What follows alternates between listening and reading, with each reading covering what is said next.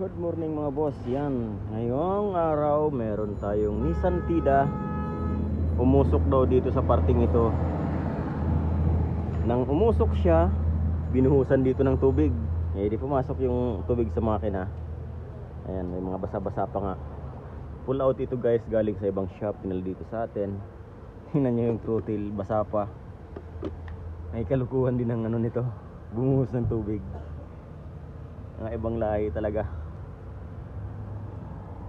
Ayan. Ngayon, alamin natin kung alin yun. Anong umusok. Inalis natin ito kasi wala yan dito. Nandito daw sa parting ito. Pwedeng yung ABS or pwedeng kung alin. Ngayon, lalagay natin ang battery.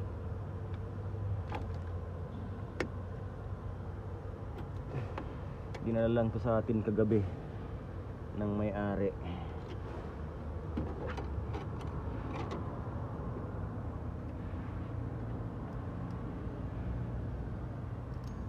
Kabit natin ang ganyan.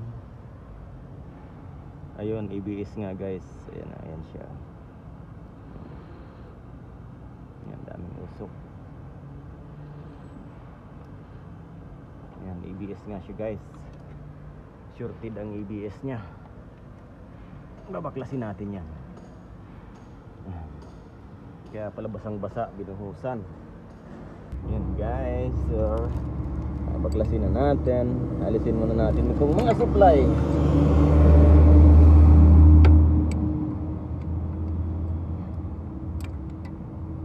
Alisin muna natin itong mga supply nya.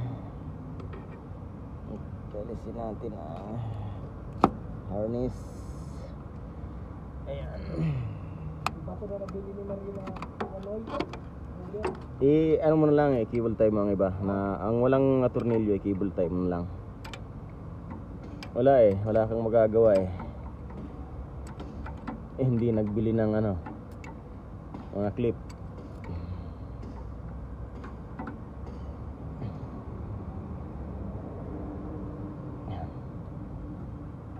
Nagko-convert nga pala tayo guys ng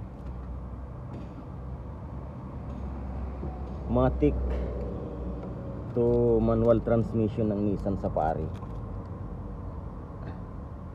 Marami pang kulang kaya ito muna ang gagawin natin. Tapos meron pa tayong isang Nissan Safari old model or classic. Makinang problema guys. Pinaklas na natin, nasa machine shop na.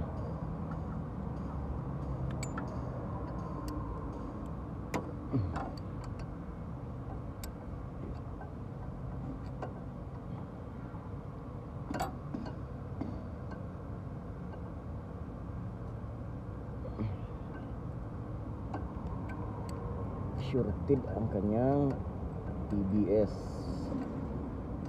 Ito yung ABS motor. Nandito ang shorted sa kanyang mga bulb, mga control bulb. Tingnan natin.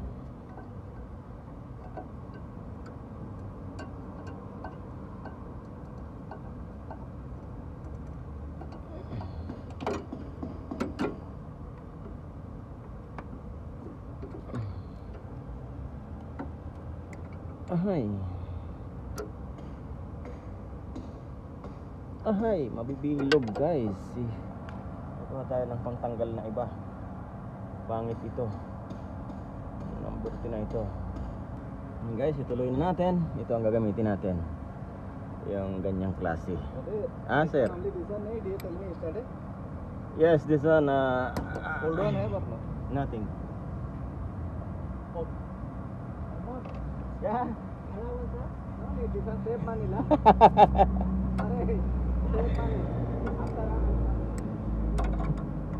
Magbibiroan yung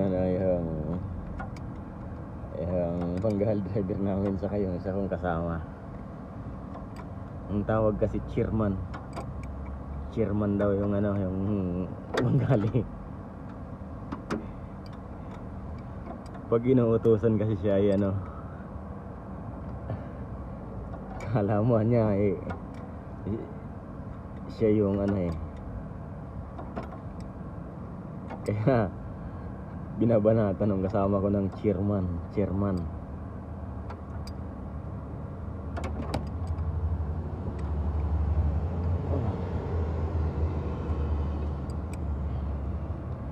Ayan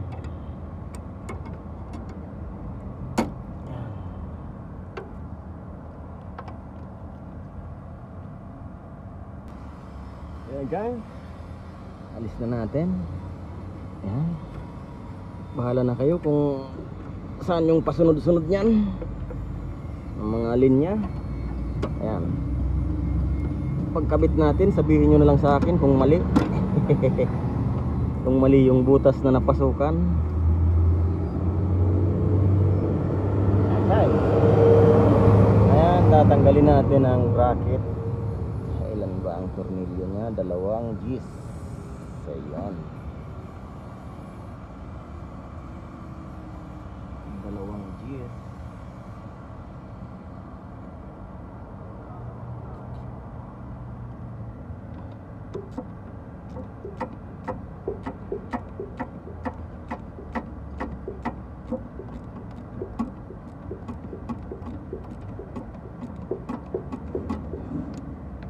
Bihin yan lang sa akin, bro. Wrong hole. Kung saan natin ilagay yung mga pasunod-sunod na butas.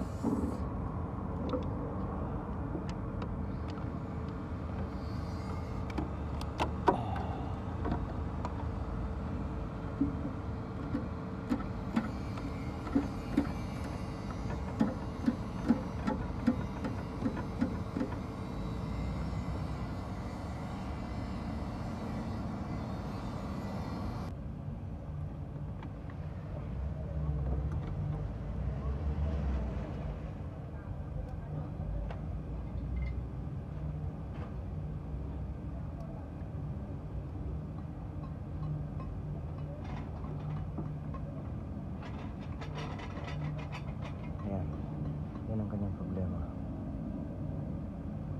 Yan, umuusok-usok pa.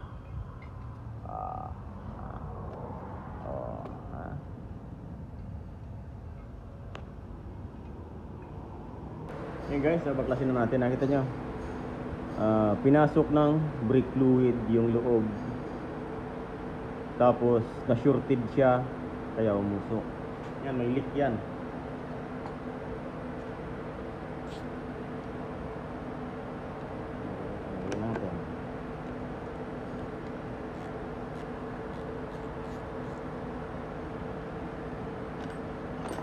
May malaking leak yan sa loob, kaya yan nagkaganyan.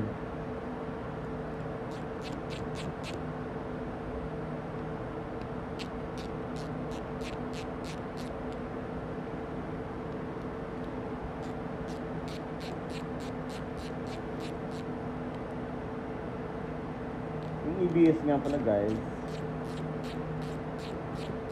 medyo sensitive yan trabahuhin. Hindi naman siya mahirap, pero napaka-sensitive. Kailangan ang lahat ng mga silyo niyan ay lapat na lapat, at huwag kang gagamit ng silicone. Kailangan mga o-ring ay lapat, kagaya ng automatic transmission. Kailangan din wala siyang singaw sa loob para hindi masira.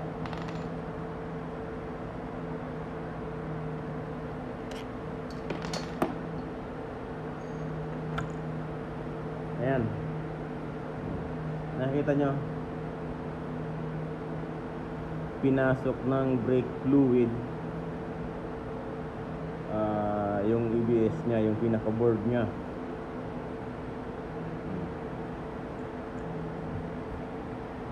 Kung gagawa naman kayo guys ng mga pang vibrator dito, pang vibrate nyan, madali lang. Kuhanin nyo lang yung ganito, ilagay nyo sa positive at negative, tapos i-ano nyo sa battery, pwede rin. Pero mas maganda meron kayong machine na kagaya ng sa paglilinis ng injector, doon nyo i-connect yung ganito para tuloy-tuloy ang ano, pag-vibrate nya. Bina-vibrate lang din natin yan eh. Ito guys, papalit tayo ng buo nito. Ito, mas maigi pang palitan na lang natin ng buong EBS kasi may leak ito dito guys na ayan, dito yan siguro ang leak nya.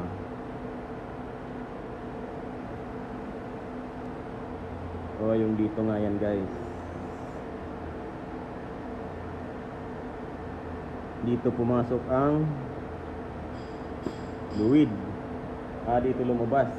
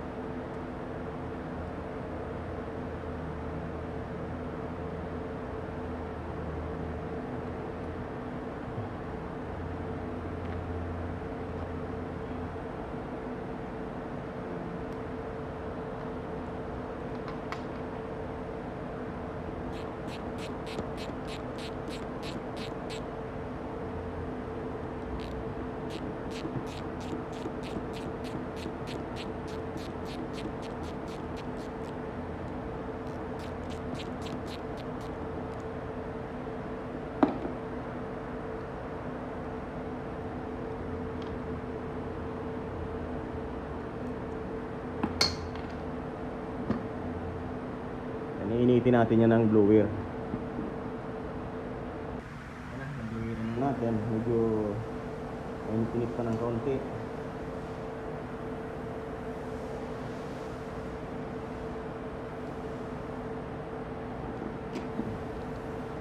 Ayan.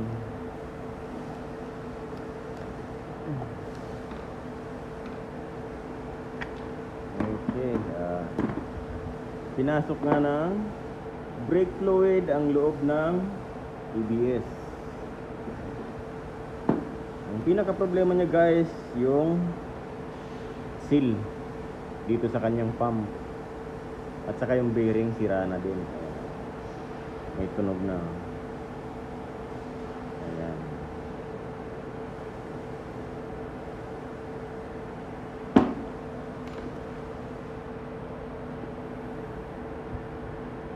At tanungin natin yung may-ari kung gusto niyang i-repair itong base na ito, papalit siya nito.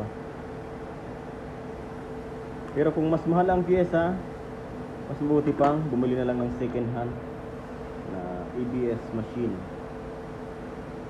Hindi pa natin alam kung anong desisyon ng may-ari kasi barat ang may-ari nito eh.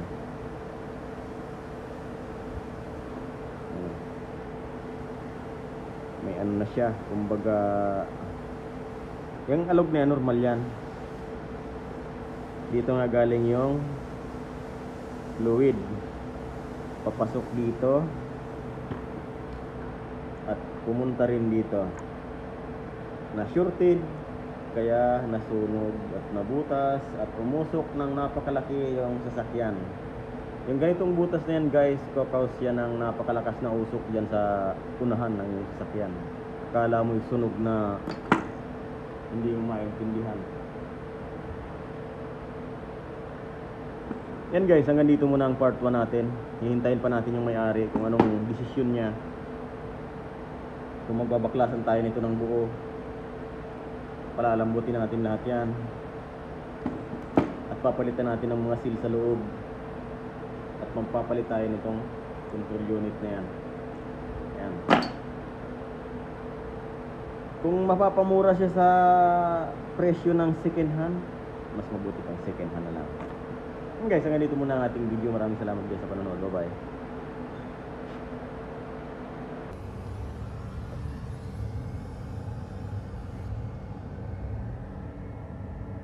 Palit na rin natin ang spark plug. Tapos alisin natin ang valve cover.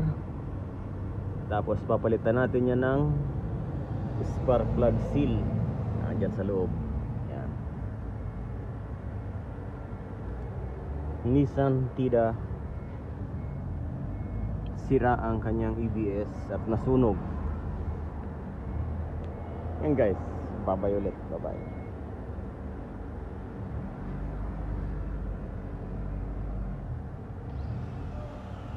Ito na guys, nagbili tayo ng second hand na ABS. Ngayon susubukan natin kung wala ba siyang shorted talaga. Kabit natin ito tapos ilalagay natin ang battery. Here, set, kabit mo na dyan. May makakapot sa camera.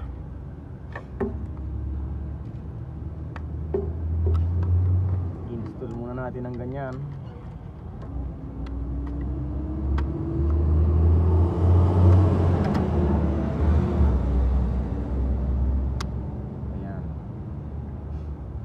Ayan, ikakabit natin ang battery. Dati kapag kinabit mo ang battery, umuusok yun kaagad dahil grounded na siya. Yan guys, wala. Ayos. Hindi siya umiinit. Okay. Ayan. Habibi, Habibi. Hindi siya umiinit. Habibi, come to Dubai, ha? Wala, Habibi. Ayan. Ayos. Hindi umiinit. I-install natin yan bukas dahil ngayon gabi na, dumating kasi yan late na. Bukas naman. Tapos ipoprogram natin. I-reset natin ang ABS dahil iba ang computer niya. Ayan. Tanggalin na natin. At sa Sabado na natin siya ikakabit guys. Second hand. Uncle Car, no nito. Ay, wow! Yan guys, ganito na natin video. Maraming salamat. Bye-bye. True, ha?